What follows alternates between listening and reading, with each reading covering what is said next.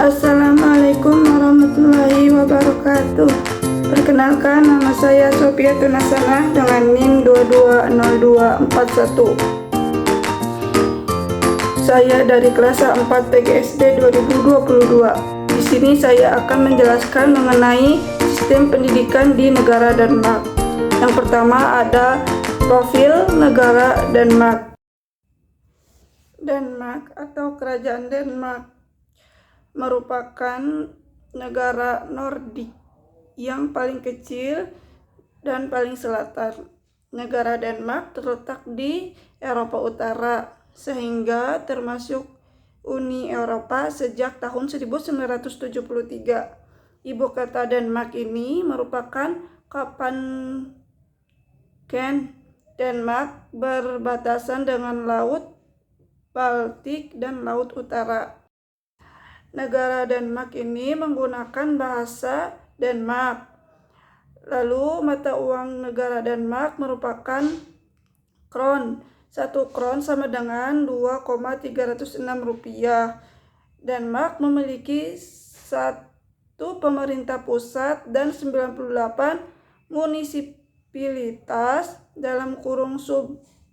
(subdivisi administratif) terkecil yang pemimpinnya diangkat melalui suatu proses pemilihan demokratis. Sebagai pemerintahan daerah, Denmark tidak memiliki presiden melainkan dipimpin oleh kerajaan dan perdana menteri. Raja Denmark yang sekarang adalah Raja Frederik X. Perdana menterinya adalah Mette Frederiksen. Denmark adalah salah satu pendiri NATO dan OECD. Lalu ada bendera Denmark yang berwarna merah dan yang berwarna putih. Ada juga lambang negara Denmark. Lambang negara Denmark ini memiliki 3 versi. Yang pertama yaitu versi yang lebih besar itu kerajaan, ada versi tengah, dan yang terakhir ada versi yang lebih rendah negara bagian. Lalu yang kedua ada sistem pendidikan di negara Denmark. Sistem pendidikan di negara Denmark yang pertama ada prapendidikan dasar, yaitu ada vuggestue atau daycare atau tempat penitipan anak yang mulai dari 5 bulan sampai 3 tahun. Nah, ini merupakan tempat penitipan anak. Kegiatan utamanya adalah merawat anak dan menanamkan rutinitas sehari-hari yang akan jadi dasar kegiatan di TK dan selanjutnya. Lalu ada Børnehave atau taman kanak-kanak mulai dari umur 3 tahun sampai 6 tahun.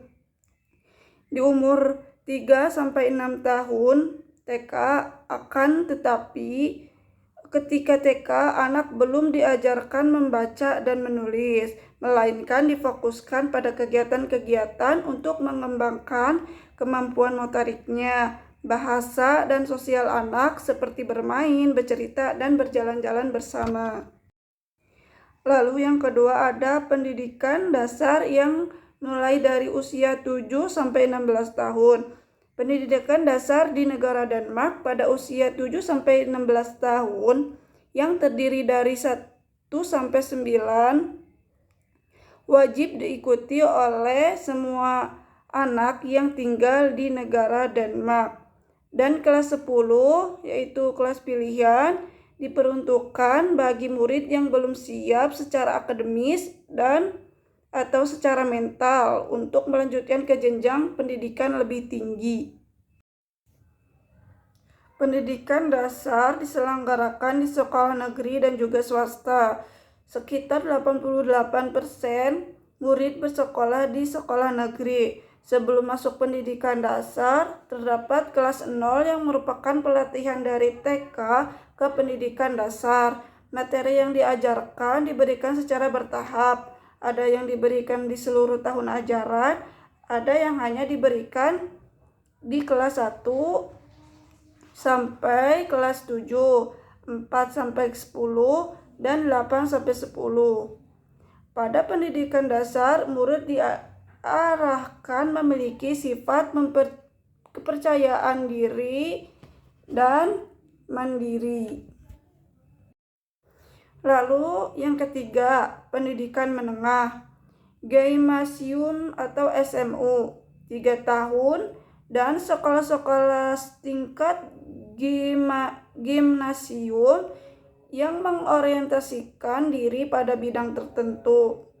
Gymnasium (STX) fokus pendidikan di gimnasium adalah mempersiapkan anak didik untuk mengikuti pendidikan tinggi. Sejak 2005, pendidikan gymnasium menawarkan 3 pilihan arah studi, ada bahasa, sains, dan creative students.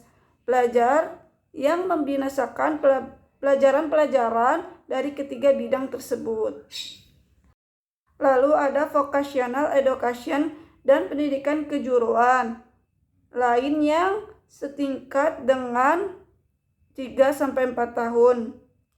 Pendidikan kejuruan terdiri dari teori dan praktek (magang atau apprenticeship) yang minimal memakan setengah dari seluruh waktu pendidikan. Lulusnya dianggap siap untuk bekerja di bidang yang bersangkutan. Selanjutnya ada kebijakan pemerintah dalam rekrutmen guru, boleh dari sarjana atau tidak. Sebagian besar sekolah bahasa di Denmark berupaya merekrut guru bahasa Inggris dengan minimal gelar sarjana dan sertifikat TOEFL yang diakui secara internasional. Lalu ada pembagian guru PNS atau P3K. Di negara Denmark, hampir 100% adalah guru permanen. Ada juga guru yang kontrak. Untuk yang kontrak akan habis setiap 1 tahun sekali. Lalu yang ketiga ada mengenai kurikulum. Yang pertama, mata kuliah humaniora, bahasa Denmark dalam tingkat bentuk 1-9. Lalu ada bahasa Inggris pada tingkat formulir 1-9. Lalu ada studi Kristen dalam semua tingkatan, kecuali pada tahun di mana konfirmasi berlangsung (siswa dapat dikecualikan dari mata pelajaran ini atas permintaan orang tua mereka). Lalu ada sejarah dalam bentuk tingkat 3-9.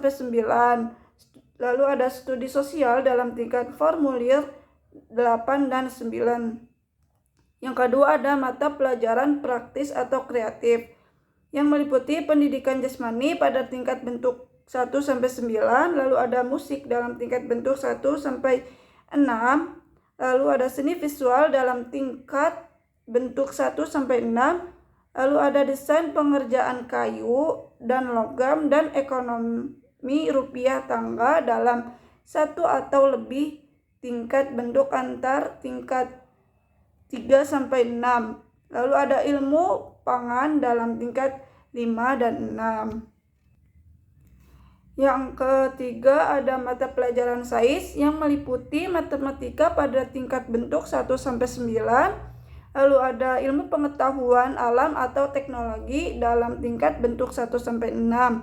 Geografi dalam bentuk tingkat 7-9, biologi dalam bentuk tingkat 7-9. Dan fisika atau kimia dalam bentuk tingkat 7-9.